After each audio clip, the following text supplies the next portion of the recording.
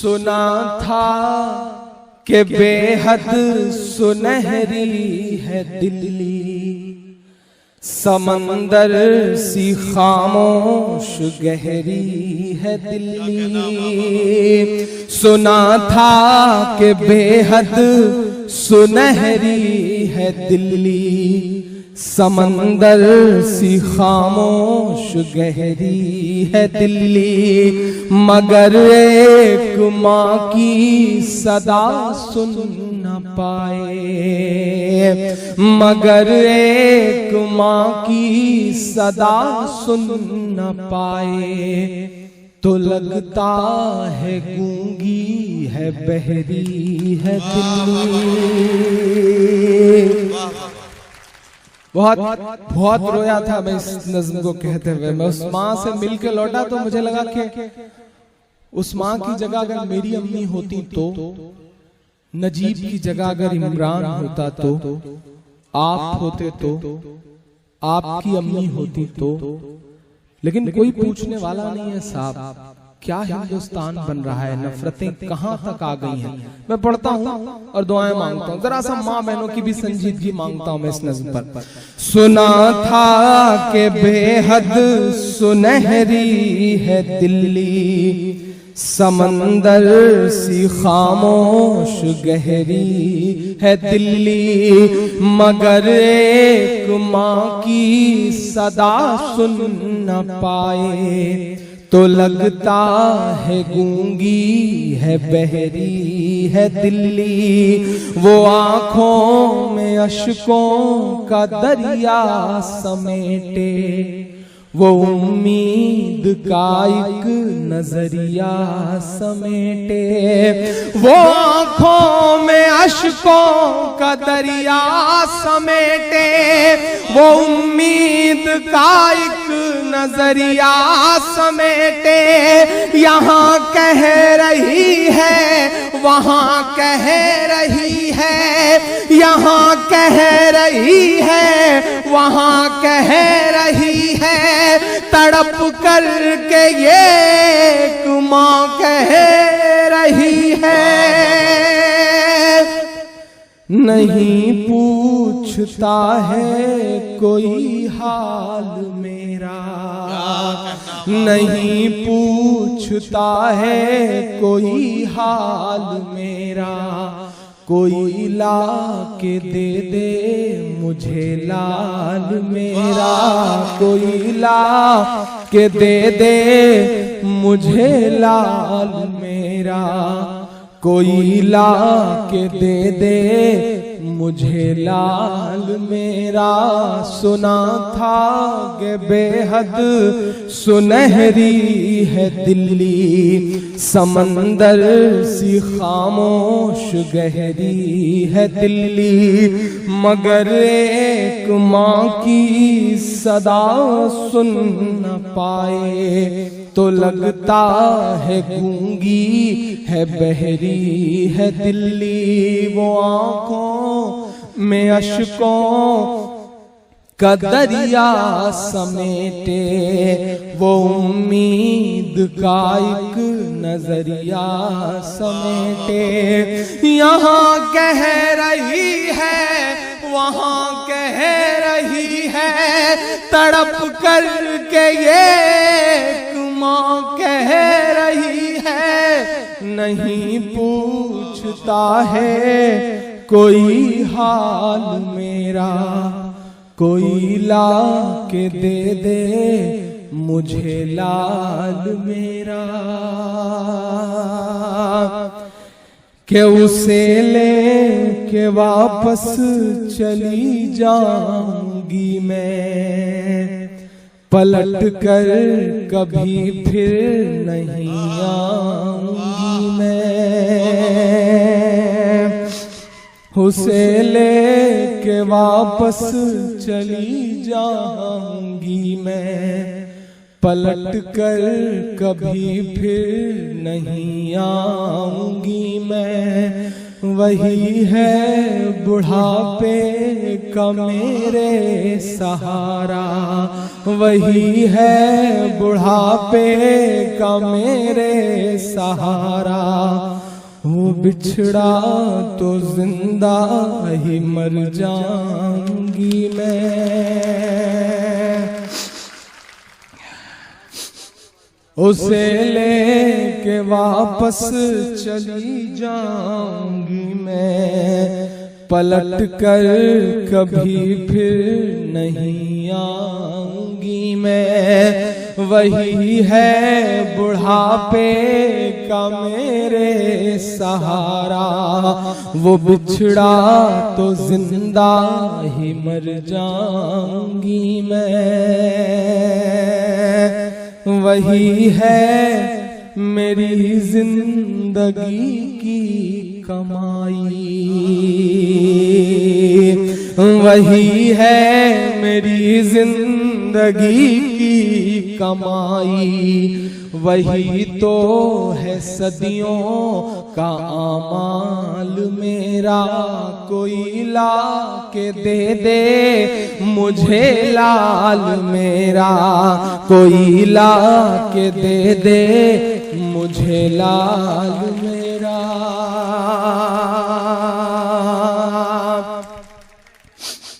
हमारे देश का प्रधानमंत्री महोबा में कहता है नदीम भाई कि मैं मुस्लिम महिलाओं को उनका हक दिला के रहूंगा। कभी कभी मेरा मन करता है कि मैं 7RCR, जिसका नाम अब बदला जा चुका है, यानी कि जो उनका घर है, कभी कभी मन करता है कि उनके घर के बाहर दरवाजे पर जाऊं, चीख करके उनसे कहूं कि आदरणीय नरेंद्र मोदी साहब, अगर मुस्लिम महिलाओं को, मुस्लिम बहनों को उनका हक दिलाना ही चाहते हैं तो नजीब की अम्मी को अपनी बहन मान लीजिए और ला दीजिए उसका बेटा वापस। शायद इससे बड़ी बात नहीं हो सकती। क्या खूब हक दिला रहे हैं आप मुस्लिम बहनों का, क्या खूब उन्हें इंसाफ दिला रहे हैं आप। अखलाक की अम्मी को क्या खूब इंसाफ दिला रहे हैं, मिन्हाज की बेवा को क्या खूब इंसाफ दिला रहे हैं, नजीब की अम्मी को क्या खूब इंसाफ दिला रहे हैं। भूल गए हैं आप इतिहास कि रानी कर्मावती ने जब हुमायूं को एक राखी भेजी थी और ये कहा था कि मैं तुम्हें भाई मानती हूं और मेरा राजपाट खतरे में है, मुझे बचाने के लिए आ जाओ, तो सलाम है उस बादशाह को कि अपनी सारी सल्तनत को ठोकरों पर रखते हुए निकल पड़ा था अपनी बहन को बचाने के लिए। उनसे कुछ सीखिए। जिस लाल किले की प्राचीर पर खड़े होकर के आप झूठ बोलते हैं भाषणों में, उसे बनाने वाले शख्स से कुछ सीख लेते तो शायद हिंदुस्तान की आवाम थोड़ी सी खुशहाल हो जाती। मैं आखिरी बंद पढ़ता हूं इस नज़्म का साहब। ये गुस्सा, ये जो टीस है, ये जो दर्द है, ये कहां ढले, कहां निकले, मैं इसे लफ्जों में पिरोने की कोशिश करता हूं साहब। महज 7-8 किलोमीटर दूर सारे प्रोमिनेंट चैनल हैं इस देश के, सारे बड़े टीवी मीडिया के लोग वहां अपने न्यूज रूम में, उस जहां वो मां बैठी है उसके इर्द गिर्द मुश्किल 7-8 किलोमीटर दूर होंगे। सारे प्रोमिनेंट मिनिस्टर्स के ऑफिसेज हैं, सारे देश के अहम लोग उस दिल्ली में रहते हैं, लेकिन उन्हें कुछ नहीं सुनाई पड़ रहा है। उन्हें एक तड़पती हुई, चीखती हुई मां नहीं सुनाई पड़ रही है, बिल्कुल नहीं सुनाई पड़ रही है साहब। अपने न्यूज रूम में वाई कैटेगरी की सुरक्षा लेकर के, सिक्योरिटी लेकर के तिहाड़ से लौटे हुए 100 करोड़ की फिरौती के आरोपी जो न्यूज चैनल हैं, वो नाग और नागिन की खबरें दिखा रहे हैं और ये दिखा रहे हैं कि राष्ट्रहित का फैसला है।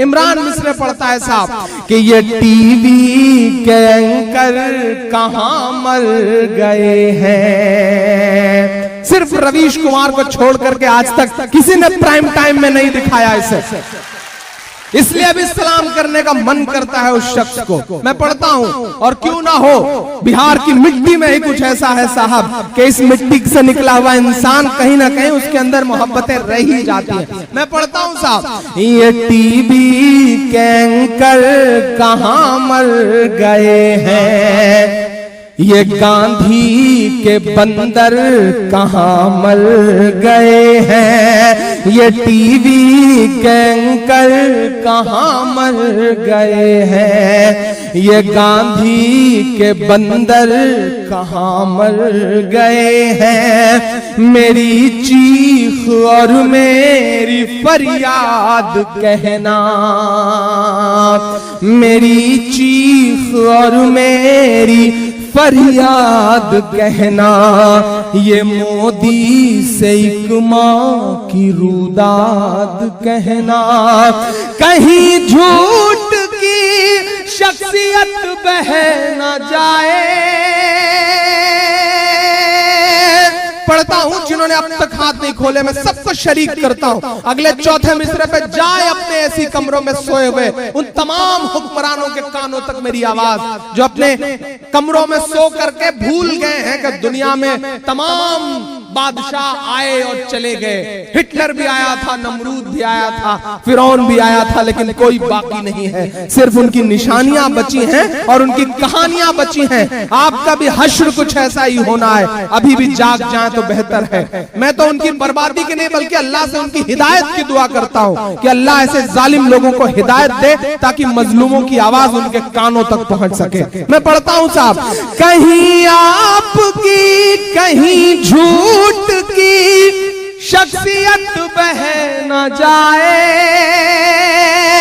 ये नफरत की दीवार छत बह न जाए।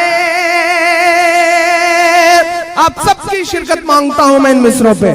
मेरा दिल का बहुत बड़ा दर्द है शायद जो ढल गया है इन 4 मिसरों में, और इंशाअल्लाह ये मिसरे सच्चे होके रहेंगे। मैं पढ़ता हूं साहब, मेरी चीख और मेरी फरियाद कहना, ये मोदी से एक माँ की रुदाद कहना। कहीं झूठ की शख्सियत बह न जाए, ये नफरत की दीवार छत बह न जाए। है एक माँ के अश्कों का सैलाब साहब, है एक माँ के अश्कों का सैलाब साहब। कहीं आपकी सल्तनत बह न जाए।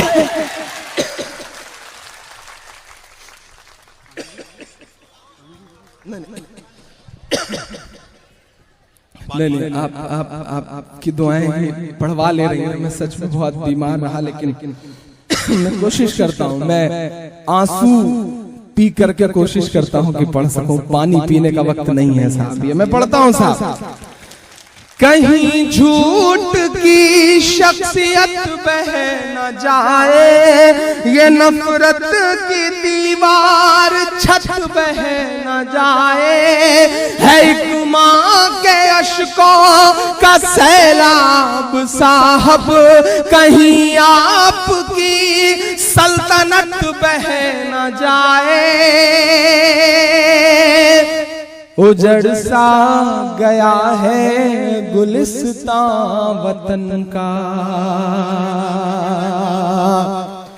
जुल्म था ज्यादती थी इससे पहले भी, जुल्म था ज्यादती थी, लेकिन ये जो नंगई सड़कों पर उतर आई है ना, ये नहीं थी साहब। इसके लिए लड़ना पड़ेगा। मैं सबसे गुजारिश करता हूं कि बोलिए। मीडिया आपके साथ नहीं है, कोई बात नहीं। प्रिंट मीडिया, इलेक्ट्रॉनिक मीडिया, कोई मीडिया आपके साथ नहीं है, लेकिन मैं एक बार आपसे एक आपको याद दिलाते हुए बताता हूं कि जो मीडिया है अब वो प्रिंट और इलेक्ट्रॉनिक मीडिया के बजाय सोशल मीडिया के सांचे में ढल रहा है। आपके हाथ में जो 10,000 8,000 का मोबाइल है ना, इसमें इंटरनेट है, इस पर फेसबुक है, ट्विटर है, इंस्टाग्राम है। इस पर लिखिए अपनी बात, अपने दिल का दर्द वहां जाकर के लिखिए, क्योंकि बोलना तो पड़ेगा। अगर आप नहीं बोलेंगे तो आपकी नस्लों को खामोश करने की साजिशें चल रही। आप बोलिए, अगर नहीं बोलेंगे साहब तो वक्त आपको माफ नहीं करेगा। वक्त से जो आंख नहीं मिलाते, मायूसी इस्लाम में कुफ्र है। डूबते हुए सूरज को देख करके लोग अपना दरवाजा बंद कर लेते हैं। मायूस मत होइए, खड़े होइए जुल्म के खिलाफ। जुल्म के खिलाफ जब भी मुट्ठी भर लोग खड़े हुए हैं, अल्लाह का करम रहा है कि जीत हमेशा मुट्ठी भर लोगों की हुई है। 313 की तारीख याद करिए और सिस्टम से वक्त के हिसाब से लड़िए, बोलिए, क्योंकि जो वक्त को नहीं समझते वक्त उनसे बहुत बुरा इम्तिहान लेता है। बिहार वालों, जो जिन अंग्रेजों की हुकूमत में कभी सूरज नहीं डूबता था, वो वक्त को नहीं समझ सके तो आज उनके राजाओं के कपड़े बैंड बाजे वाले पहनते हैं। वक्त से आंख मिलाओ, बोलो। और ये बहुत आखिर में बस इतनी बात कह करके विदा लेता हूं आपसे। बहुत कुछ पढ़ने का मन है लेकिन वक्त बिल्कुल कम है। मैं आखिर में जिम्मेदारी भरी बात कहता हूं। बहुत खूबसूरत मंच है। मैं फैसल भाई के बगल में बैठ के देख रहा था कि तमाम उनके साथ उनके हिंदू भाई दोस्त भी इस डाइज पे मौजूद हैं और आपके दर्द वाली बातों पर आपकी दर्द भरी बातों पर वो आपके साथ खड़े हैं, उनकी भी पलकें नम हैं। आप ये मत समझिएगा कि आपकी लड़ाई सिर्फ मुसलमान लड़ रहे हैं, आपकी लड़ाई सिर्फ इमरान लड़ रहा है, ये भी मत समझिएगा। वक्त को समझिए। नजीब के लिए बसंत कुंज से लेकर के और ITO तक जो सबसे ज्यादा लाठी खाने वाले शख्स का नाम मोहित पांडे है, जो JNU का प्रेसिडेंट है। समझिए आप इस बात को। तमाम ऐसे लोग हैं जो आपके लिए लाठियां खा रहे हैं। आपको याद होगा कि इंसाफ बचाने की एक उम्मीद जगी थी। रात के 2:30 बजे अदालत खोली गई थी, तो रात के 2:30 बजे एक शख्स की जिंदगी के लिए, इंसाफ के लिए जो लोग सुप्रीम कोर्ट की चौखट पे खड़े थे ना, उसमें से एक भी मुसलमान नहीं था, सारे के सारे हिंदू भाई थे। ऐसे लोगों को पहचानिए, उन्हें मजबूत करिए, उन्हें ताकत दीजिए। वो आपके आसपास माशरे में मौजूद हैं। ये जो 10% 15% लंगूर टाइप के लोग उछल रहे हैं ना, उनको भूल जाइए। इस देश में 80% से ज्यादा हिंदू भाई ऐसे हैं जो आपके सुख दुख में बराबर के शरीक हैं और आपके साथ खड़े रहना चाहते हैं। उन्हें पहचानिए, उनके साथ कदम से कदम मिलाइए। साहब, बिल्कुल मत समझिए कि आपकी लड़ाई सिर्फ मुसलमान लड़ रहे हैं। मैं तो ये कह रहा हूं कि आप गुजरात गुजरात गुजरात चिल्लाते हैं, लेकिन गुजरात के मसले को सच में जिसने अदालत तक ले जाने का काम किया था ना, उसका नाम तीस्ता सीतलवाड़ है और वो कोई मुसलमान नहीं है। पहचानिए ऐसे चेहरों को। आप टेररिज्म के दूसरे चेहरे चिल्लाते रहते, लेकिन सैल्यूट करिए शहीद हेमंत करकरे को, जिन्होंने बताया कि दहशतगर्दी के और चेहरे हुआ करते हैं। सैल्यूट करिए अपने आसपास मौजूद संजीव भट्ट जैसे IPS ऑफिसर को, जिसने अपनी नौकरी ठोकर मारते हुए कहा कि नहीं, गुजरात में जो हुआ था, मैं उस समय IPS था वहां पर, मैं उस सच को दुनिया के सामने बताऊंगा, भले ही मेरी नौकरी छूट जाए मुझसे। सैल्यूट करिए ऐसे सारे लोगों को। अरुंधति रॉय को सैल्यूट करिए। और मैं पूरी जिम्मेदारी से बात कर रहा हूं, भले ही दुनिया कुछ कहे, कितनी भी बड़ी बातें करे, लेकिन सेकुलरिज्म का इस देश में सियासत में कोई सबसे बड़ा चेहरा है तो वो लालू यादव है, इसमें कोई दो राय नहीं है। सैल्यूट करिए ऐसे चेहरों को, ताकत दीजिए। मैं आखिरी बंद पढ़ के आपसे विदा लेता हूं। है एक मां के अश्कों का सैलाब साहब, कहीं आपकी सल्तनत बह न जाए। उजड़ सा गया है गुलिस्तां वतन का, उजड़ सा गया है गुलिस्तां वतन का। नहीं तो ये भारत था खुशहाल मेरा, कोई ला के दे मुझे लाल मेरा, कोई ला के दे मुझे लाल मेरा। बहुत शुक्रिया।